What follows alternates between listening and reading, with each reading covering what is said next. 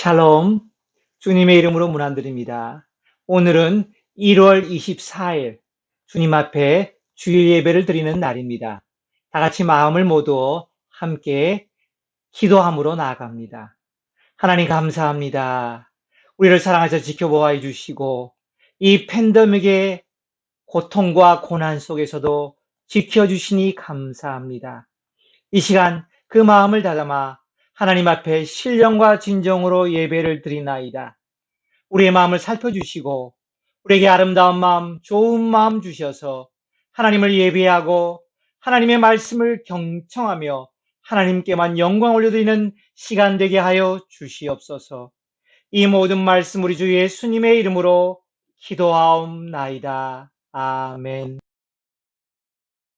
전능하사 천지를 만드신 하나님 아버지를 내가 믿사오며 그 외아들 우리 주 예수 그리스도를 믿사오니 이는 성령으로 잉태하사 동정녀 마리에게 나시고 본디오 빌라도에게 고난을 받으사 십자가에 못 박혀 죽으시고 장사한 지 사흘 만에 죽은 자 가운데서 다시 살아나시며 하늘에 오르사 전능하신 하나님 우편에 앉아 계시다가 저리로서 산 자와 죽은 자를 심판하러 오시리라.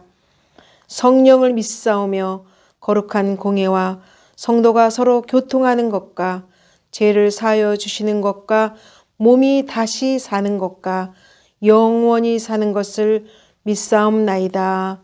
아멘.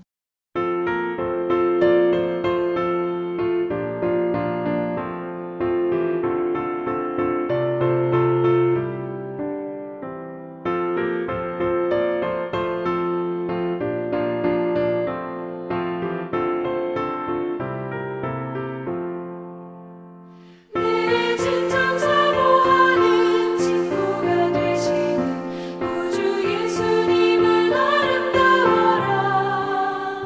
산 밑에 백합하여 빛나는 새벽별 주님 영원한 길아 주옵도다.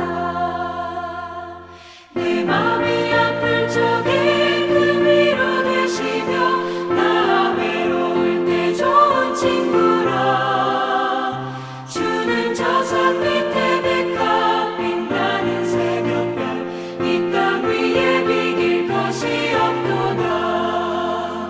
내 맘의 모든 염려 이 세상 노랗고 주님 항상 같이 하여 주시고 시험을 당할 때에 악마의 계교로 즉시 물리치사 나를 지키네.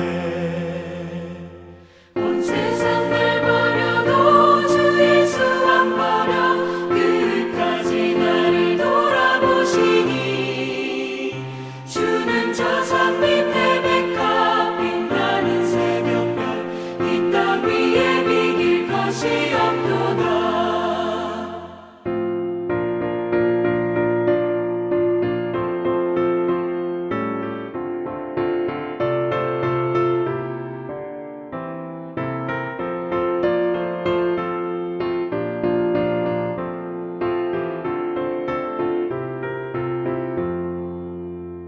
내 맘을 다하여서 주님을 따르며 길이 길이 나를 살아가리니 물불이 두렵지 않고 창검노가 없네 주는 높은 산성 내 방패시라.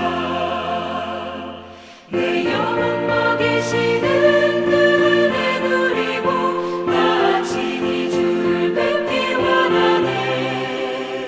주는 저 산 밑에 백합 빛나는 새벽별 이 땅 위에 비길 것이 없도다.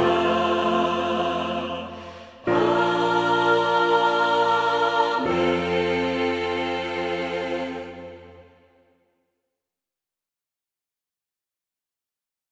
오늘 말씀의 제목은 고난이 넘칠 때 주시는 하나님의 위로 두 번째 시간입니다. 우리가 사는 장막이 무너지면 이런 제목입니다.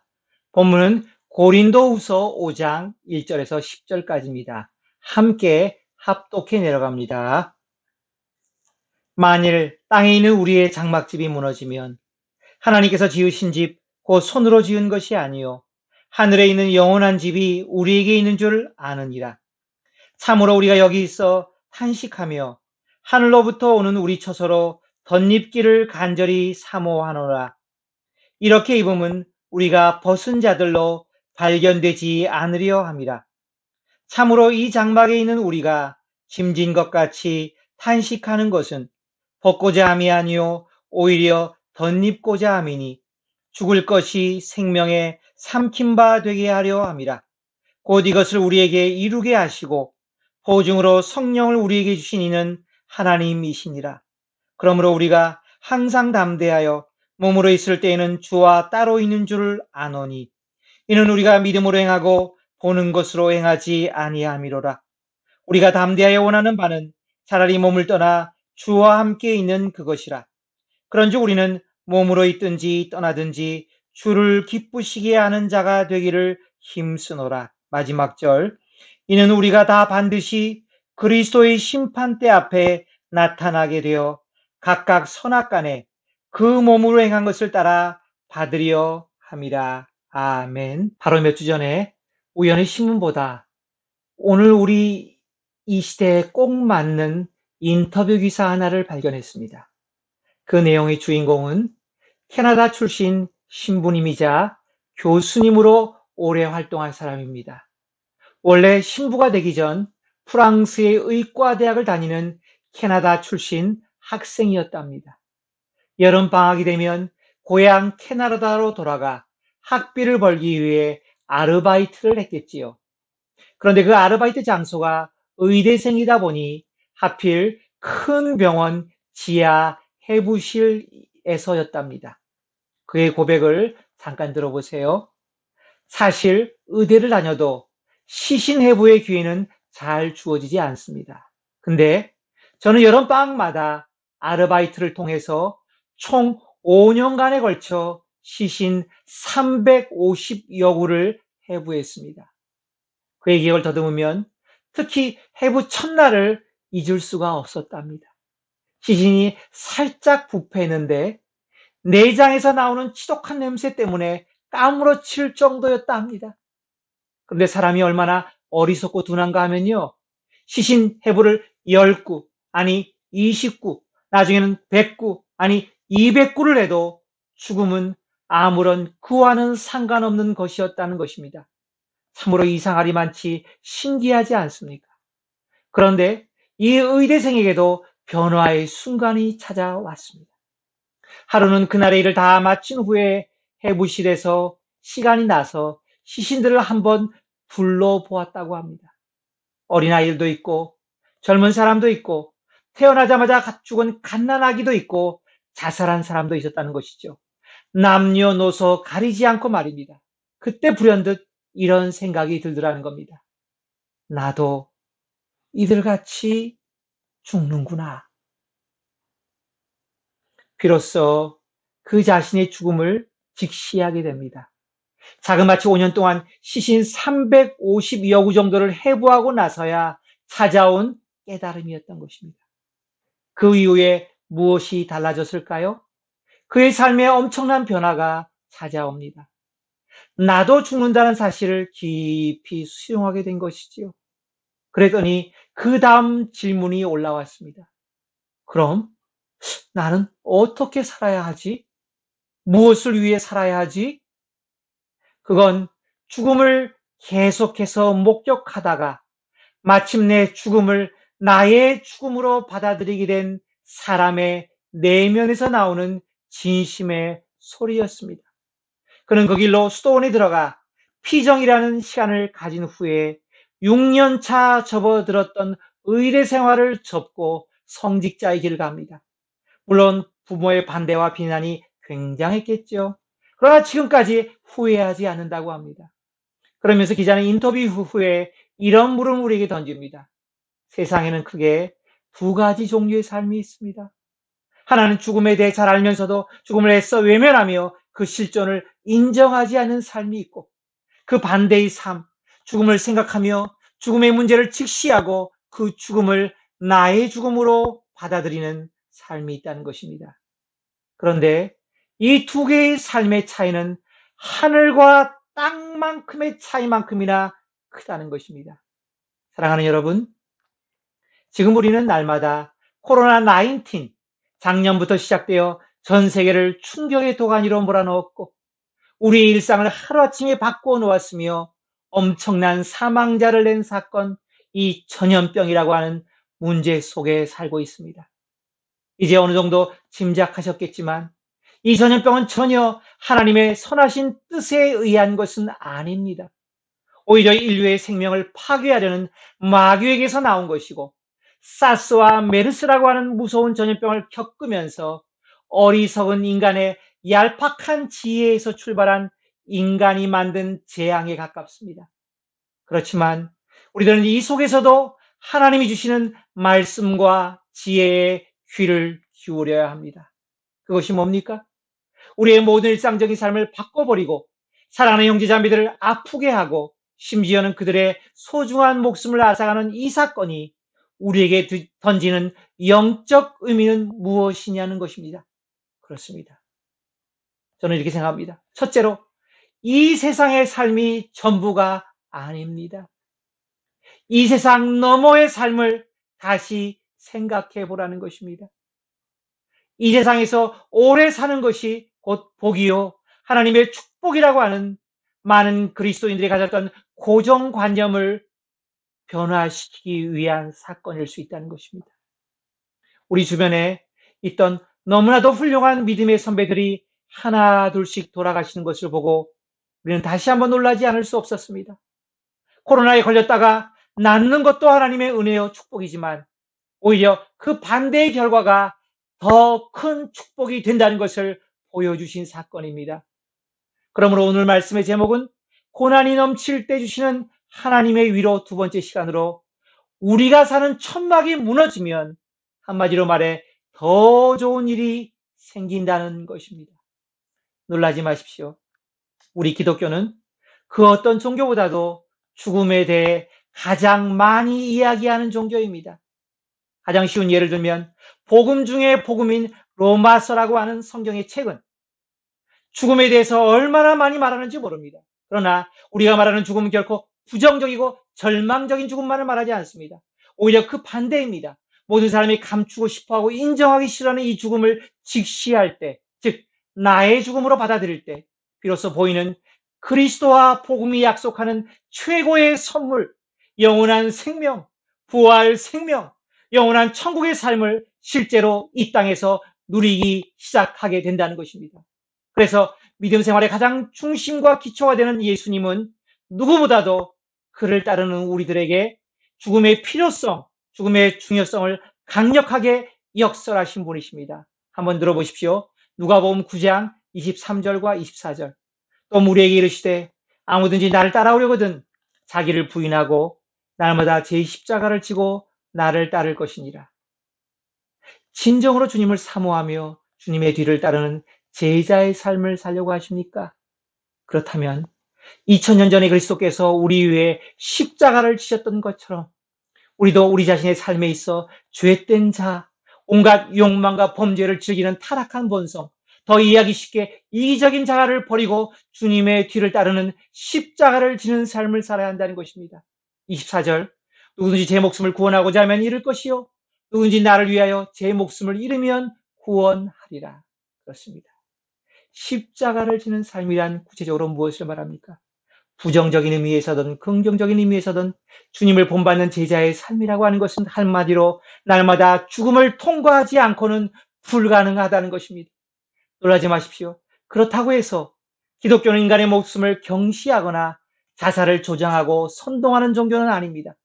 그렇지만 죽음에 이를 정도로 그리스도와 함께 영적으로 자아를 죽이는 삶, 결연한 믿음의 싸움을 싸우는 삶, 내가 주인이 아니라 내가 죽고 주님이 살아서 내 안에 사시는 삶을 살 때 비로소 진정으로 자기 목숨을 구원하는 축복이 일어난다는 것입니다. 그러므로 날마다 우리 주변에서 수많은 사람들이 죽어나가는 것을 보게 된 것은 우리의 믿음 생활에 뭔가 주님의 특별한 메시지가 있다는 것을 깨닫게 됩니다. 사망, 곧 죽음이라는 것은 죽음이라고 하는 이 가장 극단적인 방법 이외에 이 세상의 모든 유혹과 탐욕, 이 세상을 사랑하는 미련을 끊을 수 있는 방법은 없다는 뜻이 됩니다. 그런데 소심하고 겁 많은 우리는 스스로의 힘과 의지로는 죽으려 하지 않습니다. 두려워합니다. 그래서 그리스도의 죽음과 부활에 대신 참여하는 것입니다.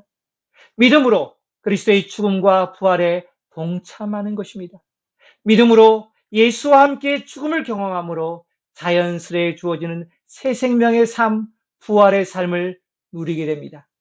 그러므로 이 땅에서 우리의 하나밖에 없는 목숨을 내놓지 않으면 결코 영원한 생명을 누릴 수 없다는 복음 중에 복음의 진수를 우리는 다시 한번 기억하며 떠올리게 되는 것입니다. 오늘 본문으로 들어가 봅시다. 지난주에 말씀드린 것처럼 전도자 바울이 선교의 사명을 감당하기 위해 그가 겪었던 고난은 이루다 열거하기 어려울 정도로 크고 무거웠습니다. 그의 표현을 빌리면 이러합니다. 고린도후서 4장 10절과 11절 말씀.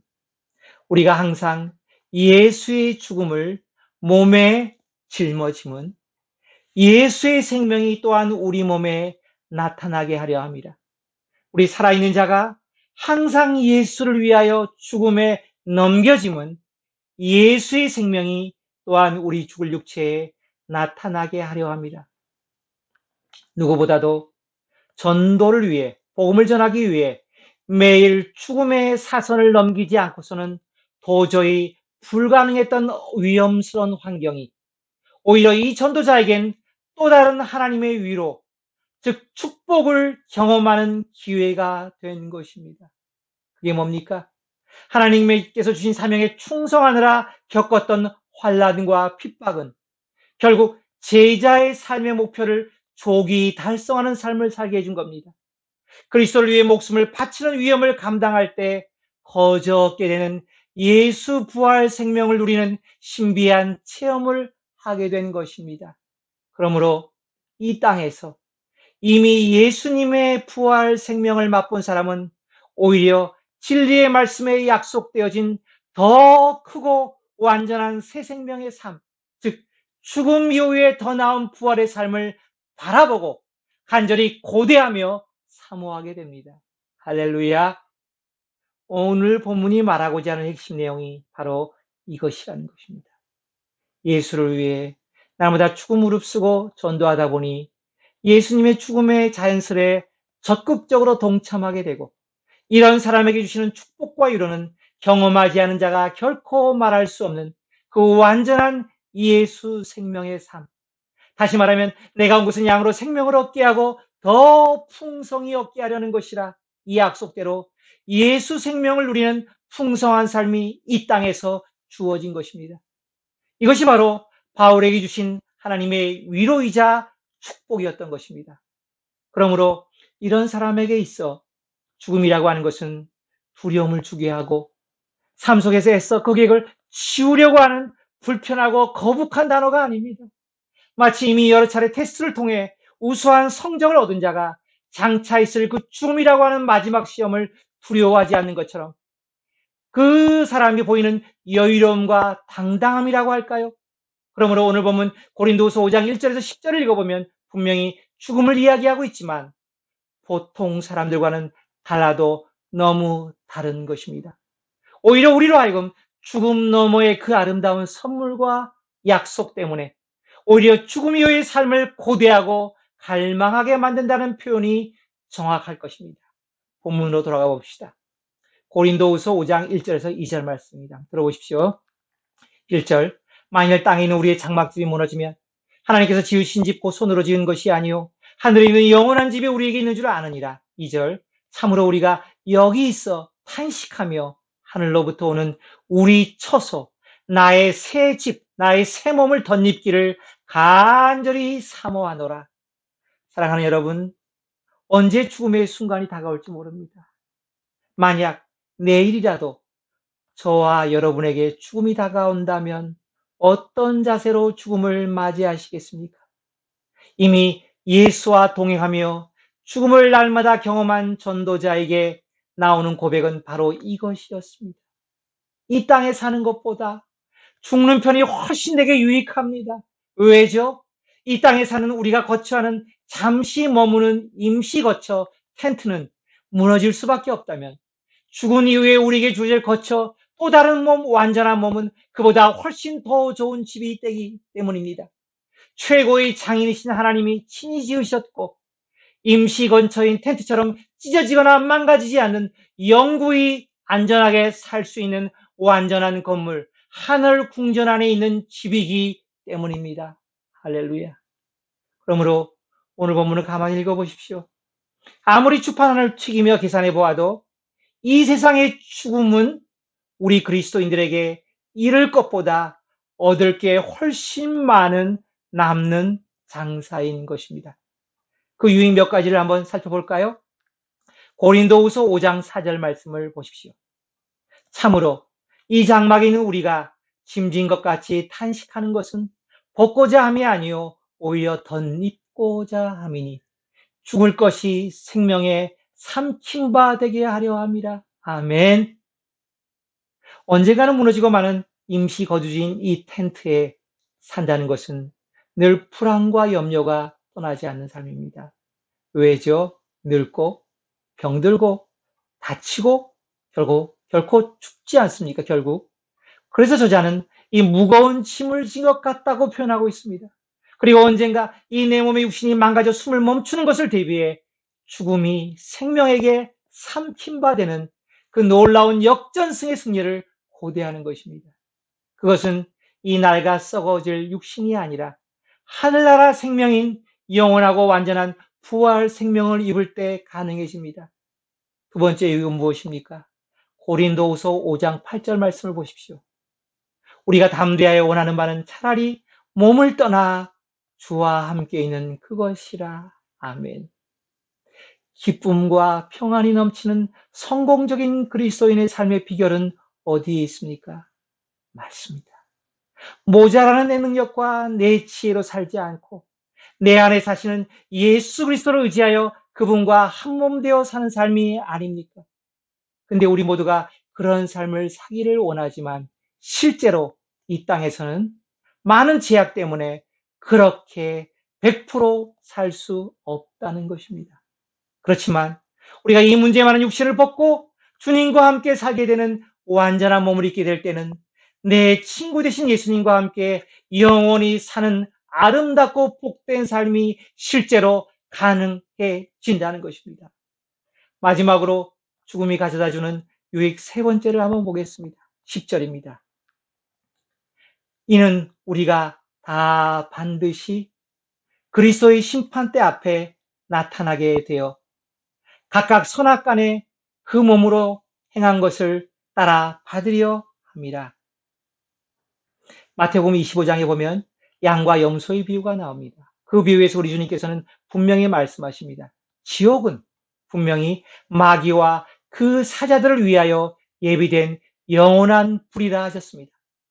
그러므로 우리 그리스도인들이 그리스도의 심판대 앞에 서는 것은 영원한 멸망이나 심판을 위해서가 아니라 칭찬과 상급을 누리기 위한 겁니다. 그렇다면 누가 칭찬과 상급을 받게 됩니까? 우리가 선을 행하되 낙심하지 말지니 포기하지 아니하면 때가 이름에 거두리라. 그렇습니다. 그리스도인으로 이 땅에 산다는 것은 진리대로 살아간다고 할 때 낙심할 때와 포기할 때가 찾아옵니다. 왜 그렇죠? 주님의 계명을 따라 형제를 진정으로 사랑하고 주님의 복음과 그 나라를 섬기는, 나누는 삶, 희생하는 삶, 이타적인 삶을 살 때 세상의 오해와 질투, 비난은 사라지지 않기 때문입니다. 왜죠? 그 뒤에 있는 사단의 공격이 시작되었기 때문입니다. 그러므로 오히려 적당히 세상과 타협할 때 문제가 없을 수 있지요. 우리가 이 땅을 하나님의 뜻대로 바르게 살면서 겪었던 그 모든 수고와 헌신에 대한 보상은 그래서 오히려 죽음을 맞이한 이후에 완전하게 주어진다는 것입니다.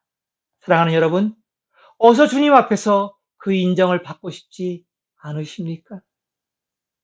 그러므로 전도자 바울이 죽음을 바라보며 오히려 탄식하며 죽음 이후에 더 나은 삶을 바라보고 간절히 사모했던 것처럼 저와 여러분도 이 코로나 19이 가져다 준 죽음의 공포를 오늘 말씀을 통해 능히 극복하시며 더 나은 죽음 이후를 바라보시며 사모할 수 있기를 간절히 바랍니다. 기도합니다. 하나님 감사합니다. 오늘 말씀을 통해 우리를 위로해 주시니 감사합니다. 바울이 원치 않았지만 예수를 위해 죽음을 무릅쓰는 고난을 당하면서 그에게 깨달은 하나님의 축복, 위로가 있습니다. 그것은 죽음 이후가 더 낫다는 것입니다. 죽음 이후가 우리 성도들에게는 더 많은 유익을 가져다 준다는 사실입니다. 감사합니다. 지금은 우리 주 예수 그리스도의 크신 은혜와 하나님 아버지의 한량없는 사랑하심과 성령님의 감화감동 충만하심의 역사가 오늘도 예배를 통해 새롭게 깨닫고 감사하며 기뻐하며 들어가는 우리 모든 예배에 참여한 이들의 머리 위에 영원토록 함께 계실지어다. 아멘.